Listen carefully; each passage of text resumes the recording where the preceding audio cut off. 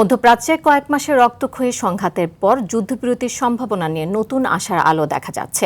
মার্কিন president Donald ট্রাম্পের দাবি, ইরানের সঙ্গে যুদ্ধ অবসানে একটি সমঝোতা প্রায় চূড়ান্ত।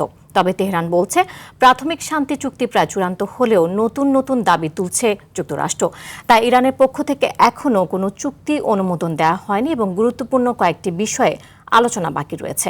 এ বিষয়ে আরও জানাচ্ছেন ইমতিয়াজ আহমেদ। যুক্তরাষ্ট্র ও ইরানের মধ্যে আগামী রোববার স্বাক্ষরিত হতে পারে একটি শান্তি স্মারক। সম্ভাব্য ভেন্যু হিসেবে সুইজারল্যান্ডের জেনেভার নাম আলোচনায় রয়েছে। তবে চুক্তির ভাষা ও শর্তাবলী নিয়ে এখনও কাজ চলছে।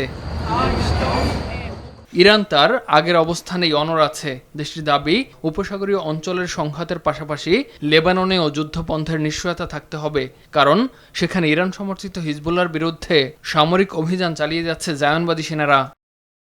প্রস্তাবিত চুক্তি অনুযায়ী ইরানের তেলের উপর আরোপিত নিষেধাজ্ঞা শিথিল করা, জব্দ থাকা কয়েক বিলিয়ন ডলারের সম্পদ অবমুক্ত করা এবং লেবানন সহ সব ফ্রন্টে সামরিক সংঘাত বন্ধের বিষয়টি অন্তর্ভুক্ত হতে পারে।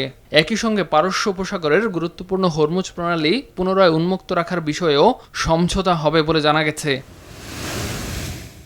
তবে সবচেয়ে স্পর্শকাতর বিষয়, ইরানের পারমাণবিক কর্মসূচি এই চুক্তির বাইরে রাখা হয়েছে। বিষয়টি নিয়ে আলোচনা চালিয়ে যাওয়ার ব্যাপারে সম্মত হতে পারে উভয় পক্ষই।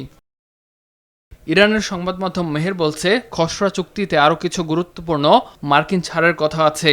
এর মধ্যে ইরানের আশপাশ থেকে মার্কিন বাহিনীর উপস্থিতি কমানো এবং যুদ্ধবিধ্বস্ত ইরানি অর্থনীতি পুনর্গঠনে একটি পরিকল্পনা দেওয়ার বিষয়েও থাকতে পারে। যদিও এসব তথ্যের বিষয়ে ওয়াশিংটনের পক্ষে তাৎক্ষণিক কোনো মন্তব্য পাওয়া যায়নি।